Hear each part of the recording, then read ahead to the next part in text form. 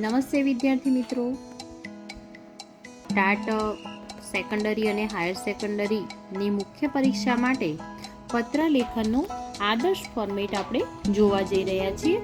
તો પત્ર લેખન આપણે કઈ રીતે લખીએ કે જેના કારણે આપણને એની અંદર પૂરેપૂરા માર્ક્સ મળે અને આપણા ગુણ ઓછામાં ઓછા કપાય. તો એક આદર્શ ફોર્મેટ સાથે આપણે એક પત્ર લેખન ઉદાહરણ સાથે જોઈશું. તો સૌ પ્રથમ આપણે શરૂઆત કરીશું પત્ર લેખનની અંદર. સૌથી પહેલું સ્ટેપ રહેશે સરનામું. સરનામાની અંદર આપણે નામ કે ઓળખ લખવાની નથી. એની અંદર આ રીતે કોઈ પણ મૂળાક્ષર આપણે 3 લખી શકીએ, જેમ કે મેં અહીં લખ્યું છે અ બ ક. પછી સરનામું જે આપણે લખવાનું હોય છે એની અંદર પણ સરનામાનો ઉલ્લેખ કરવાનો નથી, માત્ર સરનામા પંક્તિ 1 અને સરનામા પંક્તિ 2. તો અહીં આ બંને પંક્તિ પૂરી થાય એટલે આપણે અલ્પ વિરામનું ચિહ્ન કરવાનું છે. એના પછી આપણા શહેરનું નામ, તો અહીં ક ખ ગ એટલે કે કોઈ પણ નામ લખી અને પછી પૂર્ણ વિરામ કરવાનું રહેશે. એના પછી છે તારીખ. તો તારીખની અંદર આપણે જનરલી ટૂંકમાં તા એમ કરીને ટૂંકમાં લખતા હોઈએ છીએ, પણ અહીં આપણે આખું જ લખવાનું. તો સૌથી પહેલું સ્ટેપ અહીં નામ, એની જગ્યાએ આપણે આ રીતે અ બ ક ઉલ્લેખ કરીશું. પછી સરનામા માટેની બંને પંક્તિ આપણે લખવાની છે. એના પછી શહેર અને પછી આવશે તારીખ. અહીં નામની પાછળ કોઈ ચિહ્ન કરવાનું નથી, માત્ર સરનામા પાછળ રહેશે અલ્પ વિરામ. એના પછી શહેરનું નામ આવશે, એની અંદર પૂર્ણ વિરામ. તારીખની અંદર કોઈ ચિહ્ન આવશે નહીં. બરાબર સીધી લાઈનમાં જ આ સરનામું આવે એવું ધ્યાન રાખવાનું છે. ચલો, તો પહેલું સ્ટેપ આપણું કમ્પ્લીટ છે સરનામું. એની અંદર હવે આપણે આગળ વધીએ તો જેને આપણે પત્ર લખી રહ્યા છીએ. અહીં શહેરમાં એક ગ્રંથાલય બનાવવા માટેની માંગણી કરતો આપણે પત્ર લીધો છે. તો એના માટે શહેર છે એટલે મ્યુનિસિપલ કમિશનર આપણને પેપરની અંદર આપી દીધેલું જ હોય છે કે આપણે કોને પત્ર લખવાનો હોય છે સંબોધન માટે. તો એ રીતે આપણે સંબોધન લખવાનું છે. અહીં સૌથી પહેલા લેવાનું છે પ્રતિ. પ્રતિ એક સંબોધન પૂરું થાય પછી અલ્પવિરામનું ચિહ્ન.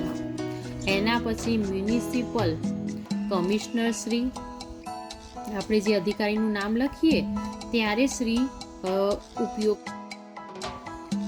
ત્યારે જ શ્રી શબ્દનો ઉપયોગ કરવાનો છે. અહીં માત્ર પ્રતિ લખીશું. Municipal commissioner Shri, municipal corporation જે સંસ્થા છે એનું નામ. પહેલા તો સંબોધન કર્યું, એના પછી આપણે કોને લખી રહ્યા છીએ, તો અહીં મ્યુનિસિપલ કોર્પોરેશન. એના પછી છે શહેરનું નામ. તો શહેરની જગ્યાએ આપણે માત્ર આ રીતના મૂળાક્ષરનો ઉલ્લેખ કરવાનો છે. આપણે શહેર લખીએ તો પણ વાંધો નથી, પણ એક આદર્શ રીતે આપણે આ રીતે મૂળાક્ષરનો જ ઉપયોગ કરવો. પછી છે પિનકોડ. તો પિનકોડ આપણે લખવાનો નથી, માત્ર 0થી દર્શાવી દેવાનો છે. તો અહીં આ બીજું સ્ટેપ આપણે સંબોધન આપણું પૂરું થશે. પછી આગળ આપણે લઈશું કે પત્રનો વિષય. આપણને જે વિષય આપ્યો હોય તે રીતે લેવાનો છે. કે અહીં મેં ઉલ્લેખ કર્યો છે, આપણા પેજની અંદર તમે જુઓ તો બંને બાજુ ..: જેટલી જગ્યા રાખેલી છે અને પછી વચ્ચે વિષય સંબોધન કર્યું છે. હવે અહીં શહેરમાં ગ્રંથાલય બનાવવાની માંગણી બાબતે આપણે વિષય લખીએ એટલે બાબત શબ્દ છેલ્લે આવવો જોઈએ. જે પણ બાબતે આપણે લખતા હોઈએ પત્ર, તો છેક અહીં સુધી આપણે વાક્ય નથી પૂરું કરવાનું, અડધે સુધી અહીં પાછળ .: જેટલી જગ્યા રહેવી જોઈએ. અહીં પણ તો એ રીતે આપણે લખવાનું છે. અહીં પૂરું થાય એટલે એક લાઈન છોડવાની છે. એના પછી આપણે સંબોધનથી શરૂઆત કરીશું. તો અહીં જોઈએ આપણે કે માનનીય સાહેબશ્રી. હવે આપણે શરૂઆત કરીએ એટલે થોડું આકર્ષક લાગે એ રીતની હોવી જોઈએ.